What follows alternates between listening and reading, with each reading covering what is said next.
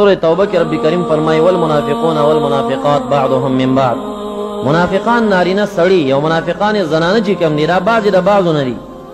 د دې نښې څه شی دي، څه کارونه کوي؟ یامرون بالمنکر وینهون عن المعروف.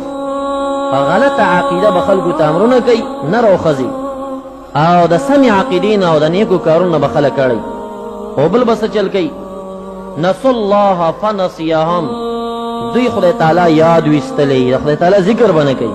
نسو ذکر الله فنسیهم، دوی چې رب کریم یاد ایستلی دی.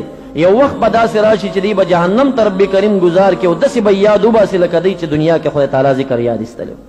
دوی به ډېرې چغې ووهي چې الهه موږ ستا بندګانو، موږ خو درته منځونه کړي، موږ دا مسلمانانو فلان، خو منافقانو. رب کریم فرمایي دی دنیا کې زه یاد ایستلم، زه به یې هلته بیا یاد وباسم دغه شان لکه اوس چې زه یاد ایستلم. او بله نښه یې دا ده چې یقبضون ایدیهم، رب کریم فرمایي دی لاسونه کلک نیولي، دا لاس یې جب ته نه ورځي، خیرات نه کوي. دغه منافقان. یو قسم داسې منافقان. دویم قسم داسې منافقان دي چې هغوی ذکر کوي د ریا دپاره، خو لږ لږ ذکر کوي. او مؤمنان به هغه خلک وي چې هغوی به ډېر ډېر ذکر کوي. والذاکرین الله کثیرا والذاکرات. رب کریم فرمایي کامیاب مؤمنان هغه خلک دي جنتیان چې هغوی نارینه د خدای تعالی ډېر ډېر ذکرونه کوي او زنانه ډېر ډېر ذکرونه کوي، نو دغه کامیاب خلک دي. او منافقانو باره کې فرمایي د شپږمې سپارې په آخري کې ولا یذکرون الله الا قلیلا، غالبا پنځمه سپارې اخر.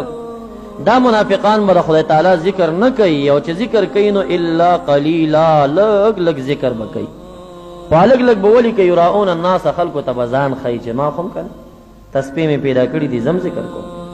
نور په حقیقت کې دې ته بدعت او ناروا وي او د دې نه به دی منکر وي، خو د ریا دپاره به کله لږ لږ ذکر کوي د خلکو د دوکې دپاره. نو دویم قسم داسې منافقان. او دریم قسم منافقان چې کوم دی هغه دا دي چې هغوی خپل هم ذکر نه کوي، لږ هم نه کوي، ډېر هم نه کوي، او لا الټا د ذکر والا ته لیوني وي او د ذکر والا ته ریاکار وي. چا چې ذاکرانو ته لیوني وي او ذاکرانو ته ریاکار وي، نو نبی اکرم صلی الله علیه وسلم فرمایي دغه خلک منافقان دي. دا ترغیب و ترهیب زما په لاس کې دی. دا حدیث شریف ذکر کړی مسند احمد دریم جلد 88مه صفحه کې دا روایت ذکر کړی دی، او ابو یعلا ابن حبان په خپل صحیح کې هم ذکر کړی دی، او حاکم په مستدرک کې ذکر کړی، صحیح الاسناد ورته ویلی دی. عن ابي سعيد الخدري رضي الله تعالى عنه، ابي سعيد الخدري رضي الله تعالى عنه راوي دی ان رسول الله صلى الله عليه وسلم قال، نبی اکرم صلی الله علیه وسلم فرمایلی دی اکثروا ذکر الله حتى يقولون مجنون. دومره د خدای تعالی ذکرونه وکئ چې دا منافقان او خلک تاسو ته لیوني ووایي، دومره ذکرونه تاسو